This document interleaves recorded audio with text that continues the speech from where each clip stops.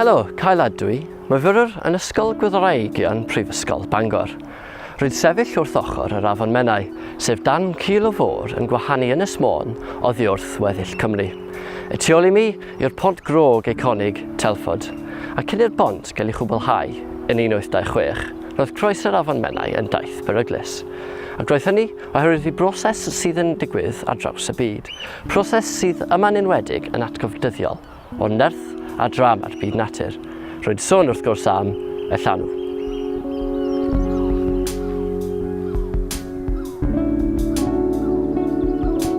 Ar ei ucha, mae'r Llanw'r Afon yn medru codi a gostwng dros i 7 metr.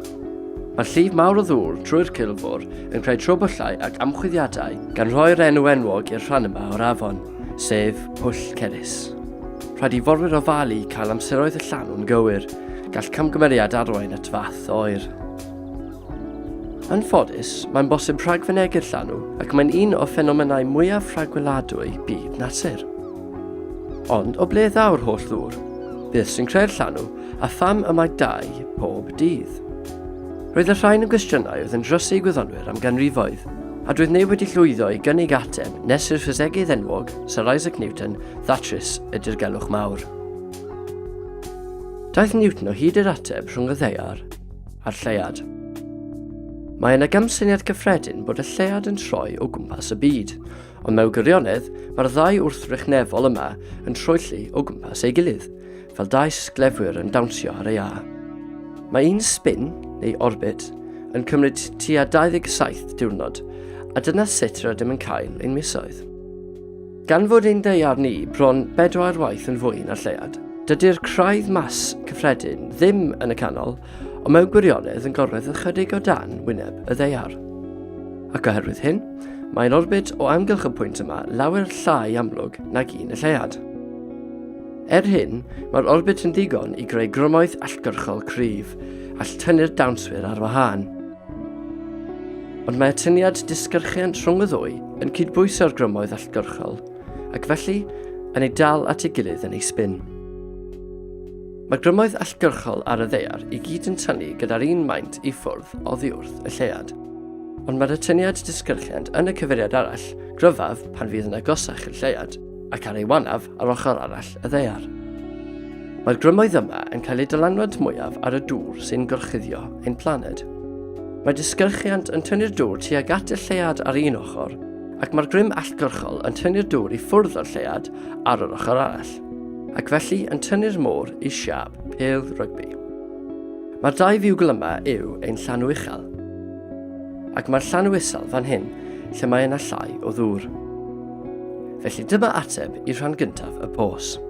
Ond nid yw'n egluro pam mae'r llanw yn codi a chwympo dwywaith bob dydd o dan pont grog Telford. Os mae'r unig peth oedd angen ystyried oedd orbit y ddaear a'r lleiad o amgylch ei gilydd, wedyn fyddwn ond yn gweld 2 llanw uchel a 2 llanw isel bob mis. I ddeall pam bod yna 2 llanw yn dyddiol, rhaid i ni ystyried symudiad nefol ychwanegol. Troelli'r ddaear ar ei hechelin. Gan fod y troelli yma yn digwydd yn annibynnol i'r grymoedd sy'n creu'r llanw, mae hyn digwydd o dan y biwgl o ddŵr. Os yw un troelliad yn 1 ddiwrnod o hyd, at unrhyw bwynt ar wyneb y ddaear, megis pont Telford, bydd y pwynt yma yn mynd heibio 2 llanw uchel a 2 llanw isel y dydd. Ond rhaid i ni hefyd gofio orbit y ddaear a'r lleiad o amgylch ei gilydd. Mae grymoedd gwrthrych yn tynnu'r moroedd y byd i greu'r llanw, mae'r symudiad yma yn effeithio ar rhywbeth ychwanegol. Mae hyn yn golygu bod amserau'r llanw ychydig yn wahanol bob dydd. Yn yr un amser mae'r ddaear wedi troi ar ei hechelin. Mae'r ddaear a'r lleiad wedi symud ychydig yn ei orbit, ac felly wedi tynnu'r moroedd hefo nhw. Felly, pob diwrnod, mae pont Telford yn cymryd ychydig yn hirach i dal i fyny. Ond faint hirach? Ar sail beth ydych wedi clywed yn y fideo hyd yn hyn, ceisiwch weithio allan y gwahaniaeth dyddiol yn amseroedd y llanw.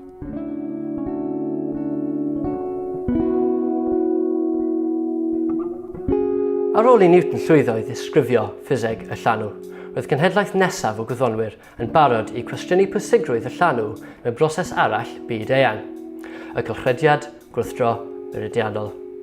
Yn syml, mae'r cylchrediad yn geryn mawr o ddŵr sy'n llifo o trofennau i'r pygynnau ac yn ôl. Y peth sy'n gyrru'r cylchrediad yma yw'r gwahaniaeth yn dymheredd y dŵr yn y ddwy bwynt.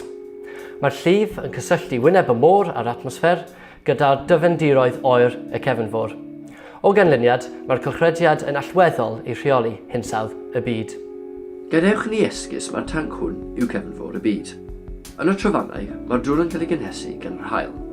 Ym mhegon y gogledd, mae'r dŵr yn cael ei oeri gan y capiau rhew. Pan mae'r tyn yn ychwanegu lliw i bob ochr, mae'r dŵr trofannol cynnes yn llifo i'r pegwn, ac mae'r dŵr oer yno yn disgyn i lawr y môr ac yn llifo tuag at y trofannau.